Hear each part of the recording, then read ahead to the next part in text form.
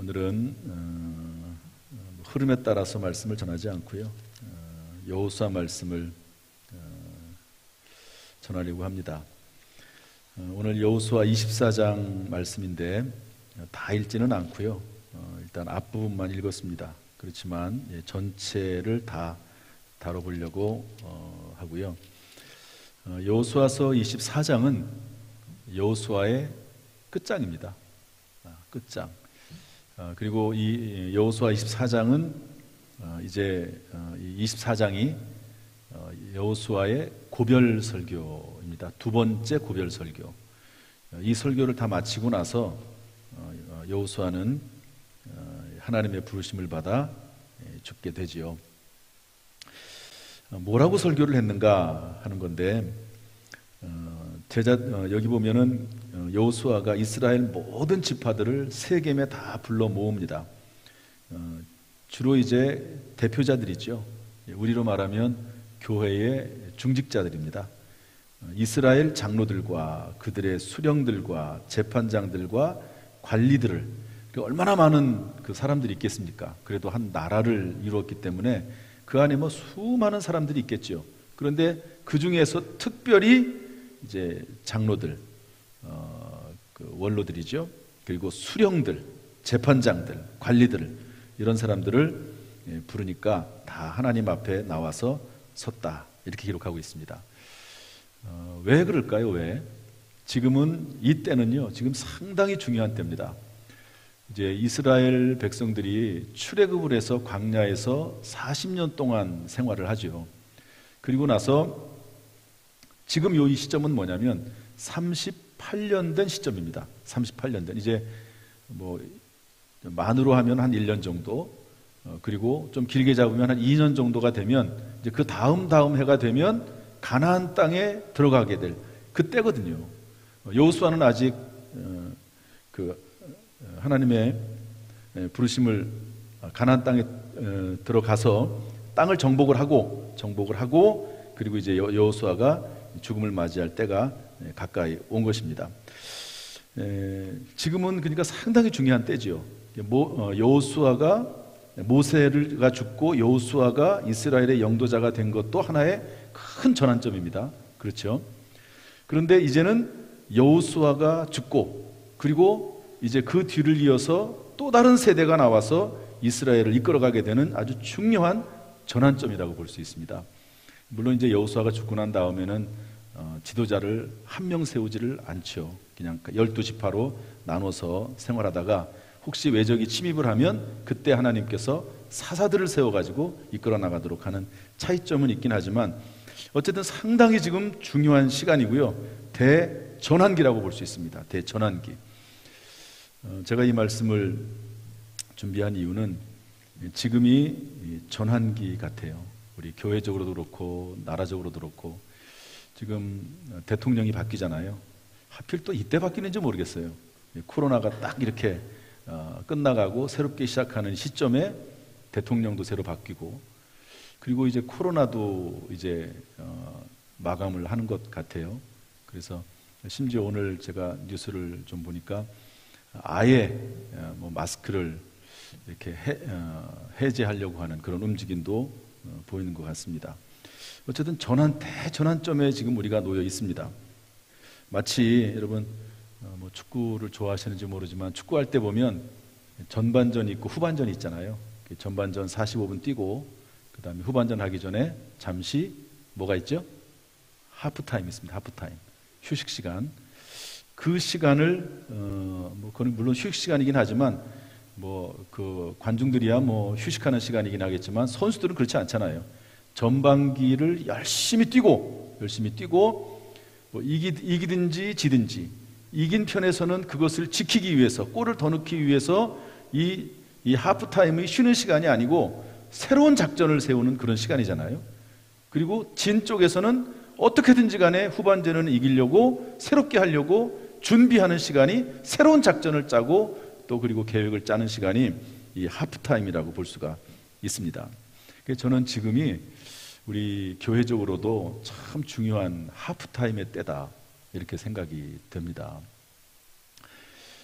이제 하프타임을 맞이해서 이제 새롭게 시작을 해야 되긴 하는데, 제가 보니까 영 이제 몸이 이렇게 좀 굳어 있는 것 같아요.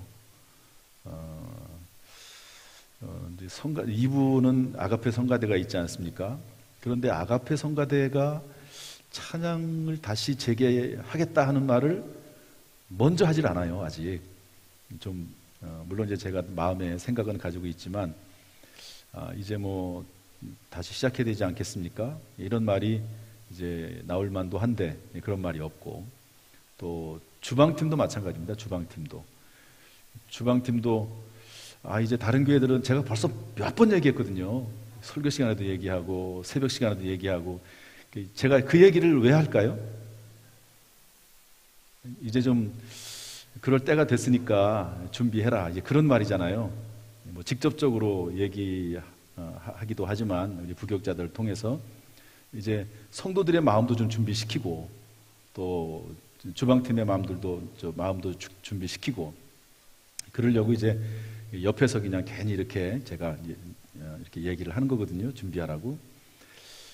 그런데 이제 주방팀들은 좀 상당히 좀 힘든가 봐요. 2년 동안 안 하다가 얼마나 힘이 듭니까?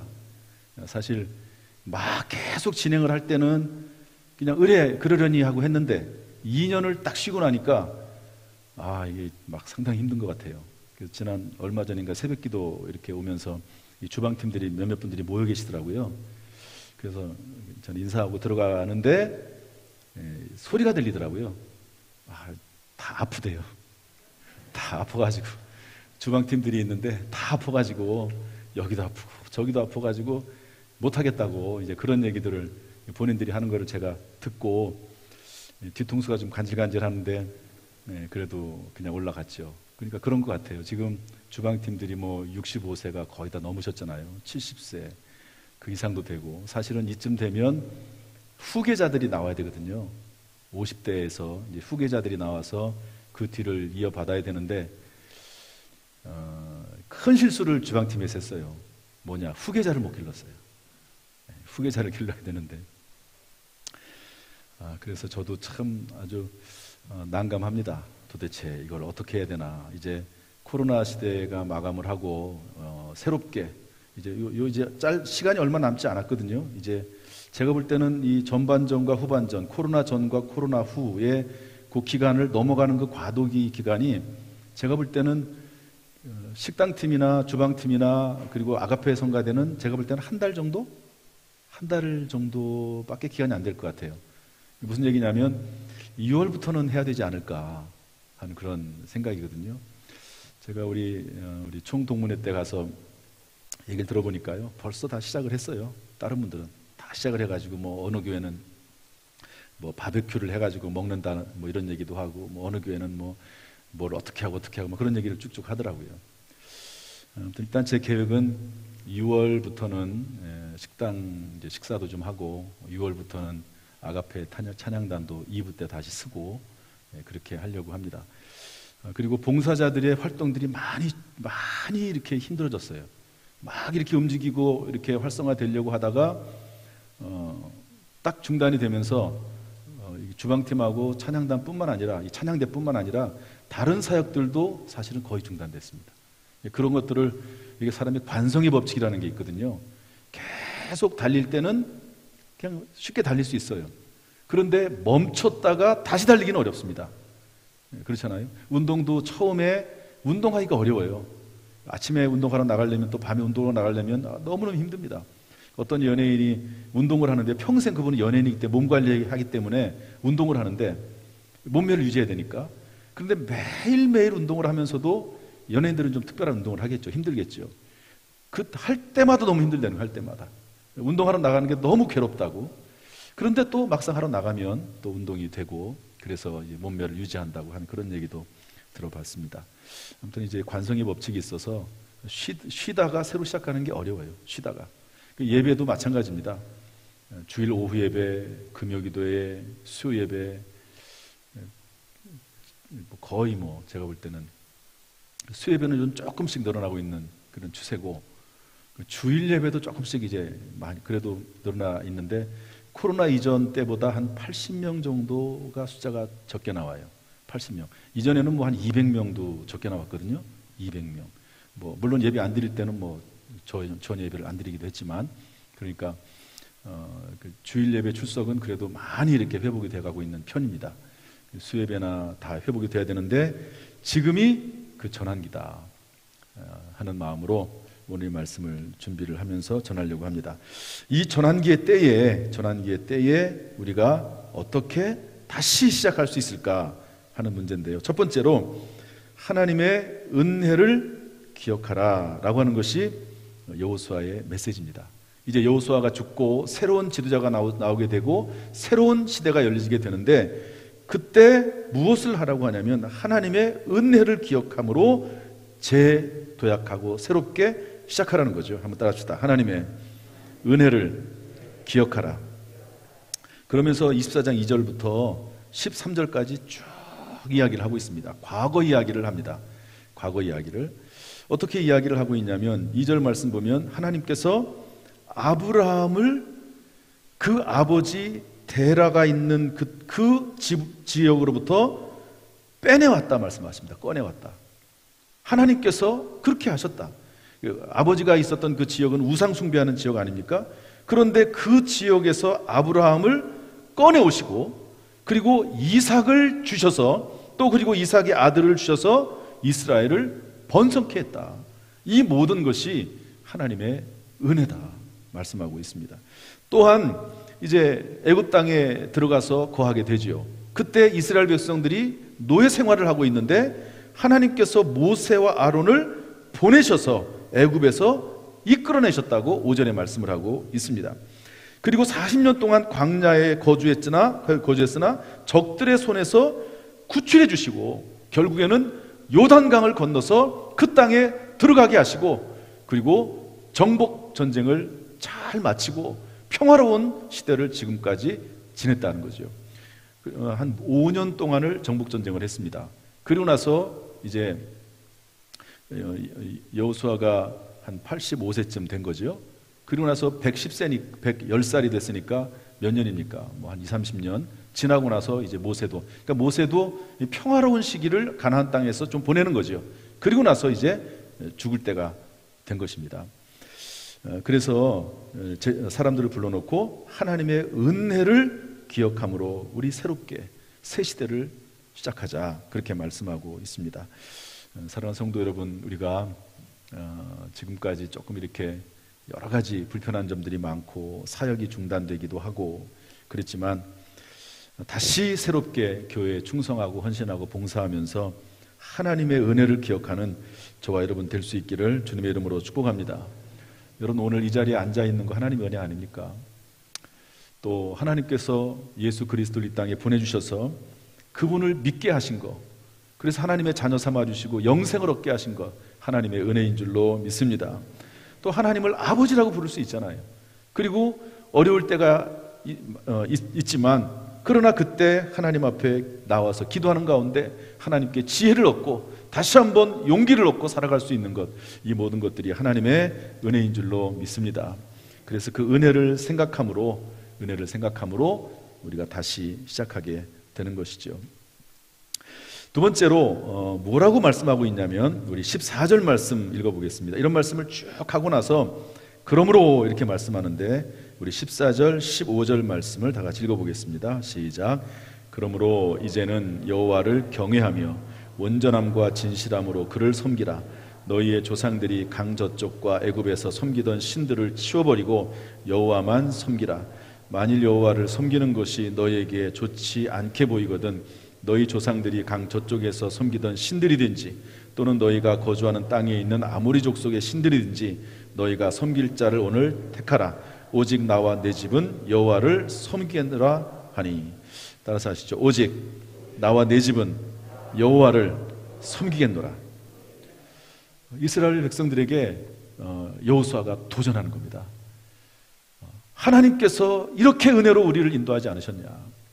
그러므로 이제는 신실함으로 진실함으로 여호와를 섬겨라. 모든 우상들을 다 치워버리고 여호와만 섬겨라. 그러면서 선택권을 줍니다. 너희들이 정말로 하나님이 참신이고 하나님만이 여호와라고 믿는다면 그러면 여호와를 너희 섬길 자를 여호와로 택해라. 나는 오직 나와 내 집은 여호와를 섬기겠다. 이렇게 다짐하면서 이스라엘 백성들에게 도전하는 것을 볼 수가 있습니다. 여러분, 저나 여러분이나 항상 두 갈래 길에 놓여 있다고 봅니다. 축복과 저주, 행복과 불행, 삶과 죽음, 신앙과 불신앙, 그리고 하나님과 이 세상이라고 하는 두 갈래 길에 놓여 있지요. 그리고 우리는 늘 선택합니다. 아마 여기 오늘 교회 오는 것도 선택을 하셨을 거예요. 오늘 교회 가야 되나 말아야 되나 선택하고 오시지 않았습니까? 물론 자연스럽게 그냥 당연히 나와야 된다고 생각해서 나오는 분들도 있지만, 그러나 순간순간마다 선택하는 거죠. 순간순간마다. 저는 미국의 16대 대통령인 링컨 대통령의 말을 참 기억을 해요. 이분이 뭐라고 말을 했냐면, 왜 사람이 행복한가? 사람이 행복을 선택하기 때문이다. 왜 사람이 불행한가? 그 사람이 불행을 선택하기 때문이다. 이렇게 얘기했습니다. 결국에는 자기 자신이 스스로 선택하는 거죠. 성령께서 우리들은 좀 다른, 세상 사람들과는 다르죠. 세상 사람들은 자기의 어떤 주관이나 자기의 경험에 의해서 판단하지만 우리는 하나님의 말씀이 있지 않습니까? 그러니까 하나님의 말씀에 따라서 선택해야 되는데, 하나님의 말씀에 따라 선택할 수도 있고 그렇지 않을 수도 있습니다. 여러분, 무엇이 행복을 선택하는 것입니까? 하나님을 선택하는 것이, 그것이 행복을 선택하는 것이요, 말씀과 예배와 믿음을 선택하는 것이 하나님을 선택하는 것입니다. 양심을 선택하고 충성을 선택하고 예수 안에서 희생과 헌신을 선택하는 것이, 그것이 결국에는 우리에게 행복을 가져다 줄 줄로 믿습니다.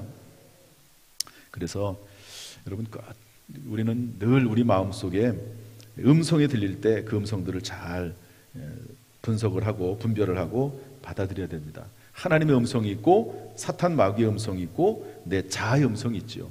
내 스스로 하는 음성들이 있고 내 안에서 악한 영 사탄 마귀가 주는 음성들이 있습니다. 그러나 여러분, 하나님의 음성을 잘 분별해서 그 말씀을 선택하는 저와 여러분 될 수 있기를 주님의 이름으로 축복합니다. 할렐루야. 우리는 지금 코로나19의 전환기에 서 있습니다. 바라기는 정말로 특별히 우리 수요 예배 나오고 또 새벽기도 나오는 성도들의 간절한 기도를 통해서, 또 하나님의 은혜를 통해서 이 코로나19의 전환기를 잘 넘어갈 수 있게 되기를 주님의 이름으로 축복합니다. 그래서 믿음으로 극복해서, 말씀으로 극복해서 상상할 수 없는 그런 하나님의 은혜가 임하고 마침내 합력하여 선을 이루는 놀라운 역사가 우리 가운데 임하기를 주님의 이름으로 축복합니다. 기도하겠습니다. 기도하기 전에